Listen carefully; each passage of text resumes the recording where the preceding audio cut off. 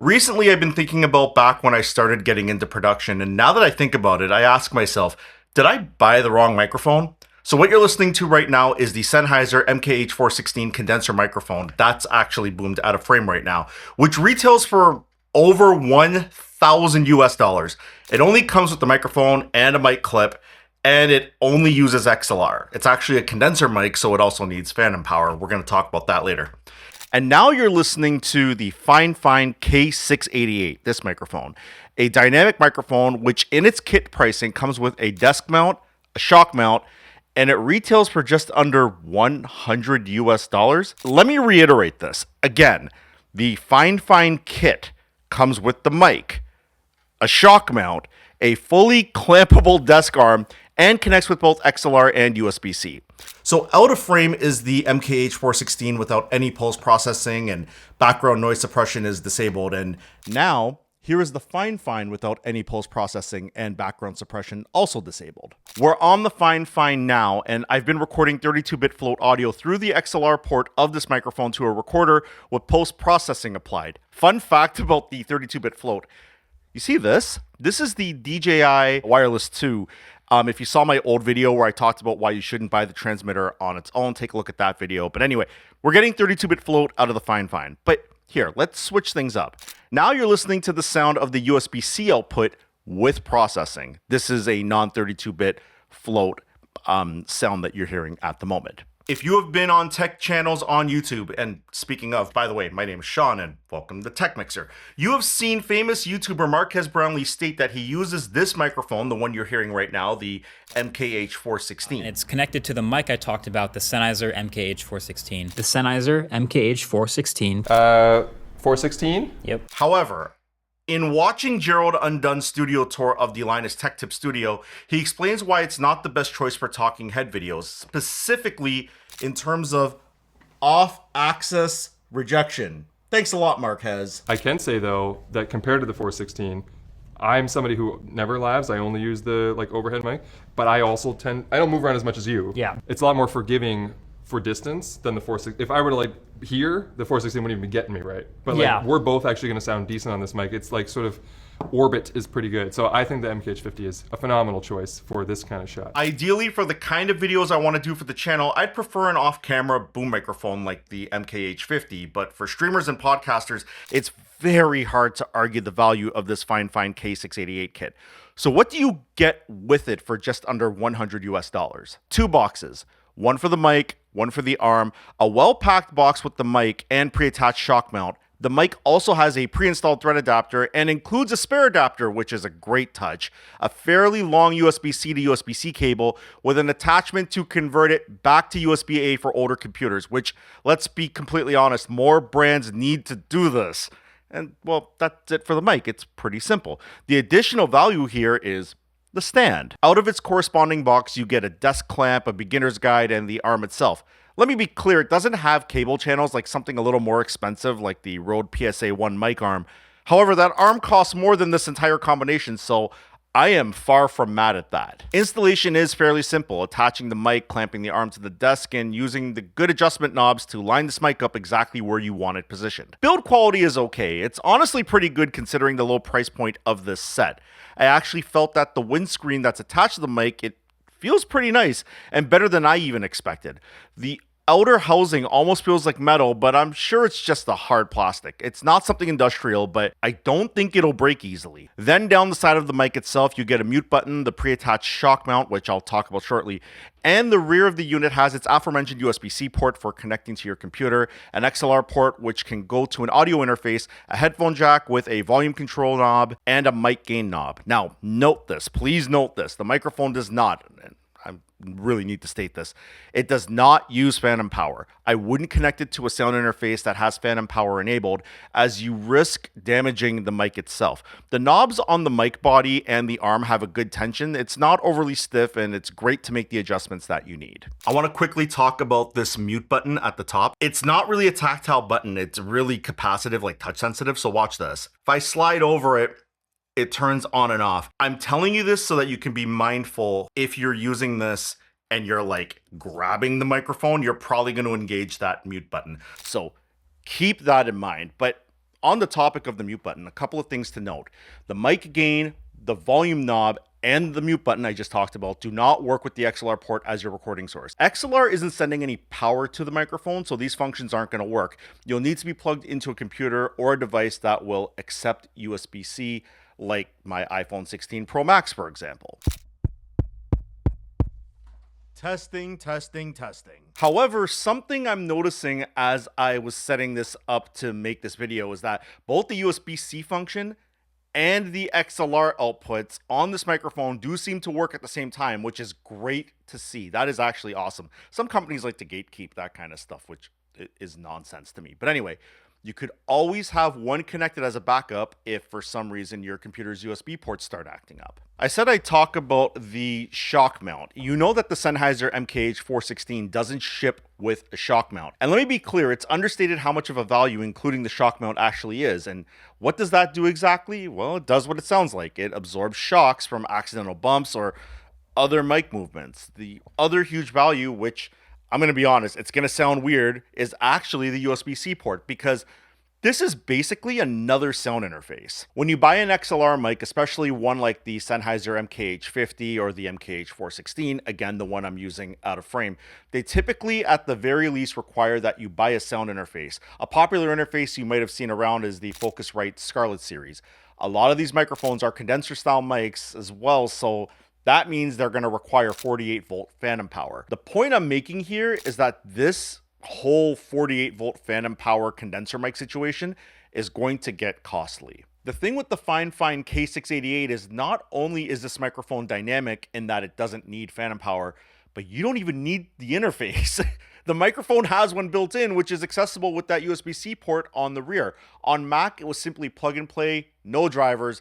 That was great to see. How does the Fifine's USB-C recording sound versus the XLR port?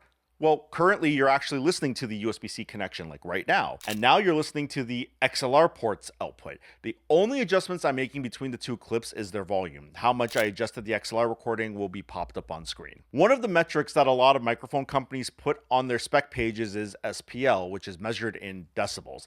SPL stands for sound pressure level. It's kind of a physical measurement versus a recording measurement. The SPL measurement on a microphone spec page is shown to indicate the point where the internal microphone capsule begins to get electrically overloaded and introduces distortion. The maximum SPL on the Fifine is rated at 130 decibels. But here's something interesting for you. The Sennheiser MKH416 is also rated at 130 decibels SPL. The price difference between these two microphones is staggering, so I'm actually curious about something. Now, this test itself is far from scientific, but what we have right here is a super loud speaker from my DJ days playing some fairly aggressive music from audio.com, a music license I picked up on Black Friday. Because in the cases of the Sennheiser MKH416 and the Fifine K688 microphone, we have XLR outputs on both of these microphones and a 32-bit recorder. Without being overly scientific, we can subject both of these microphones to an overkill scenario you probably will never ever run into in, say, a talking head or podcast like content creation situation. So for this test, we'll be playing the same clip, first the original recording as it is directly, so without the microphones introduced at all, then with the Sennheiser MKH416, and then with the Fifine K688.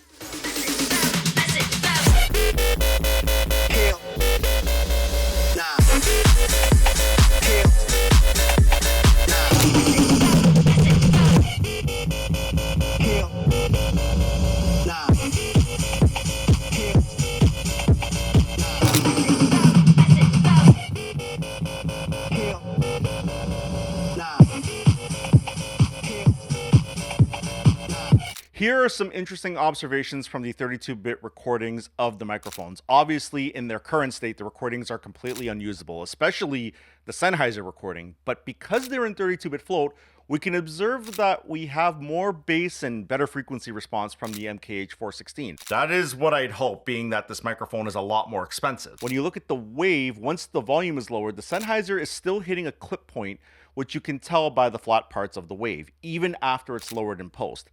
But the Fifine still has some peaks and valleys. Based on the weaker low frequencies in the Fifine and the fact that we don't see the same evidence of the microphone capsule distortion, I wonder if the Fifine has a limiting circuit to protect the capsule, maybe? Look, let me be real. This test is serious overkill versus what you'd ever subject the Fifine microphone to, but it's still worth knowing. There are way smarter audio enthusiasts and engineers who could probably explain this result in the comments. Look, if you're one of them, chime in below, but for a simple podcast mic or a YouTube talking head microphone setup, I think this mic will serve you extremely well. At this price point, using this for something like live streaming is a no-brainer. So I've got the mic, and as you're listening to right now, this is the USB-C output from the microphone going into my MacBook. And then we're gonna pop over to the MacBook for a second and take a look. This is the OBS window. So if I play the OBS recording, watch this. This is an OBS recording of me talking to the camera, and there's a very high chance that this is out of sync. The issue, it comes down to the Panasonic Lumix S5 Mark II. It's noted that the S5 II's HDMI output, it lags terribly. This is way out of sync. So the great thing is if we pop back into the desktop and look at the OBS screen itself, if you were to click here and go to advanced audio properties and the sync offset, right, you can probably adjust it. And if for some reason it's not fixing it, you can always go to your video capture device, go to filters, click add, and you can actually add a video delay, right? So you would just add a video delay and then you would type in the number and you would just kind of play with that, do some test recordings. But I'm going to say this, that if you are starting to stream, this setup at its price point, this is a no-brainer. I started this video with a question as to whether or not I bought the wrong microphone. Here's the thing, you can't bend time, right? So when I bought the Sennheiser 416, the MKH416, which is out of frame right now, this microphone, if it did exist, it wasn't popular. It didn't pop up on my radar. And I think you might look at this and go, well, it's a lower cost microphone, or we're going to use the word that the companies don't want us using. It's a cheap microphone. However, in researching this video, I noticed that a lot of people really like this mic. I got the microphone. I found that I really like this mic. And I also noticed that this company, they seem fairly disruptive, which is awesome. Here's where it gets even funnier. I have edited a lot of this video already. And can I be honest with you? I prefer the sound coming off the K688. So at this point, you would say, well, great, you're going to use it for the unboxings and the reviews moving forward. I don't think so. Not because of a problem with Fifine or the mic or anything like that. Not in terms of quality anyway. I'm going to grab the Fifine box and try to center it on my unboxing camera. So it's a bit further out here. It's hard to tell with the A camera, but it's a little further out.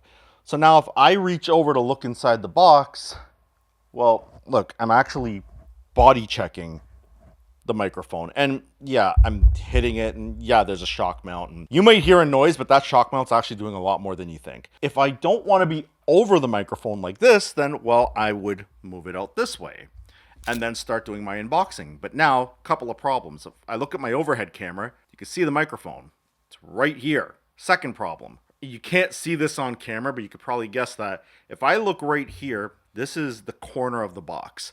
I can't see that corner. The mic's in the way. It gets really cumbersome. I'm aware that this does sound better in this set, but for practicality, I am going to stick to the Sennheiser MKH416, which I just switched to. It's not as great. I'm a sucker. I'm going to end up buying the stupid MKH50. I know it. Anyway, regardless, that doesn't mean this is a waste, and it doesn't mean I'm not going to use it. I actually have a very good idea on how I'm going to use it. I actually want to set up a streaming setup. When I decide I want to go live on the TechMixer YouTube channel, but that's a video for another day. I've got a bunch of equipment that's kind of aside for that project, but we're going to explore that another day. Which leads me to the value proposition. If you're a brand new content creator, I'm going to say this, okay? Because I think my videos are like relatively good quality. I think they're okay. This microphone, for under $100 US, is a steal. And I'm not talking about the quality and the arm and all that stuff. I'm talking about the entire package. And let me really break that down for you. Do you know how much you can learn about production with this microphone? You could learn so much about clipping, audio quality, audio processing. I'm not going to say I'm an audio engineer. Earlier, I asked for audio engineers to chime in on the SPL topic. So I'm definitely not an audio engineer. That's a sentence. I think the processed audio that comes out of this microphone sounds amazing. The only thing I don't like on this microphone, and I am splitting hairs because at $100, this microphone's insane. It's the plosive problem. It's the polar pattern. You need some kind of a pop filter, because if I start saying heavy P's like Peter Piper picked up, I don't even know what I was going to say there. The plosives are definitely a problem with this microphone. You could probably get some kind of low cost pop filter that you could like attach somewhere and bring it up. I digress. You can learn so much about audio so that you don't make the same stupid mistake I made and buy an expensive mic and then have to learn all the audio stuff with that, like I did with my 416. I think if you buy this in terms of the price point to like quality, lessons learned, evolution of the beginnings of a content creation journey, this thing, this is a bold statement and I might regret saying this. I don't think there's a better purchase. Matter of fact, it's something I just thought of as I'm sitting here. Imagine you want to start a podcast. I can't remember the price offhand for the Shure SM7B. I know it's not $200, but I'm going to say $200. Matter of fact, here, let's just pop it up on screen. So that is the MSRP of the Shure SM7B, or sorry, the current sale price for the SM7B in US dollars. So let's pretend that that number was $200. So you want to start a podcast and there's two of you. So now you got to buy two of them. But those mics require phantom power. And actually the SM7B even wants a cloud lifter, which is like, it's a device that you put between the phantom power and the microphone itself to actually give it some more gain, like some more amplitude. So you got to buy that. Okay. So you buy the cloud lifter or cloud lifters, you buy the two microphones, but now you don't get a stand. You get a shock mount because the SM7B has a built-in shock mount, but you don't get the stand. So for under $200 US, you can pick up two of these kits. And you get your shock mount, you get your microphone, you get both XLR and USB-C, which is awesome. If I turn off the processing on this audio coming out of the USB-C port, it sounds pretty damn good. This is kind of an unbeatable value for a startup. And I honestly believe if I turn processing back on, I believe the sound quality coming out of this microphone is pretty damn good, especially for a beginner. If this is your starting point, that's amazing. So with that and all the lessons you could learn from having this microphone, it's hard for me to not recommend it. I did forget to talk about something just now. I talked about the OBS capture situation with a capture card. There is a way around the audio sync. I didn't even think to mention this. So I got the XLR-II 3.5 going into the DJI microphone. You can get this cable, and if you just get another long XLR cable, you can extend this short cable to reach your camera. And then you can use it as the mic input, just plug it in and adjust the levels to where you want them within the camera, within the Panasonic Lumix S5 II. And then you don't have to deal with the delay situation, because if there is a delay, well, both the audio and the video are going to be delayed at the same time, and all of it's going to go through the HDMI cable, and then you would just use your HDMI audio as your input source. So that's one way around that. If you like this video and want to support the channel, I think I have a couple of Amazon affiliate links for purchasing this microphone kit, so take a look for those. Or you could just buy from the manufacturer directly. It might even be cheaper. That link will be there as well. I don't really care if you give me an affiliate for it. I just want to give a big shout out to Fifine for sending this over and impressing me. And I'm going to use this mic at some point in some other videos, some other content, maybe some streaming. This is quite awesome. Anyway, my name is Sean. This has been Tech Mixer, and I'm out. Peace.